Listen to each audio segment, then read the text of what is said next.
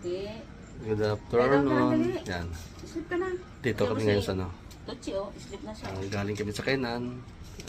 Napagkasundan na magpapamassage daw dahil masakit ang katawan sa kakain yata.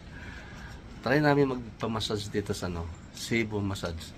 Bagong bukas dito sa tapat ng School Inn. Dito sa Tungko. Yan. Andito kami, yan, misis ko. Ayan, Cebu Massage. Masarap pala dito, malamig. Yan, ang ganda na ano nila facilities. Yan. Malaki.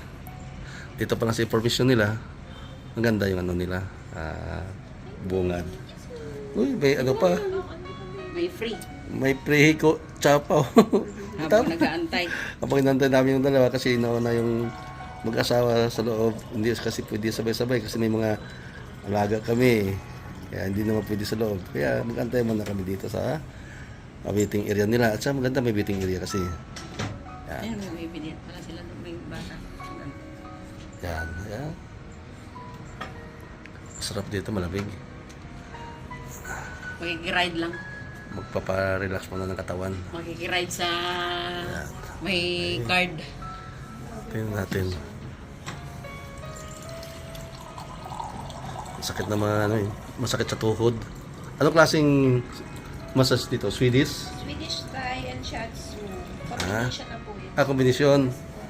Pag gano, mayroon kayong bitusa din. Hot stone lang po tayo, sir. Magkano naman pag mga kasama ng bintusa? Wala po tayong pentusa, sir. Pag sa Wala hot nga stone, doon. sir, 100 po. Back and leg na po yun. Okay.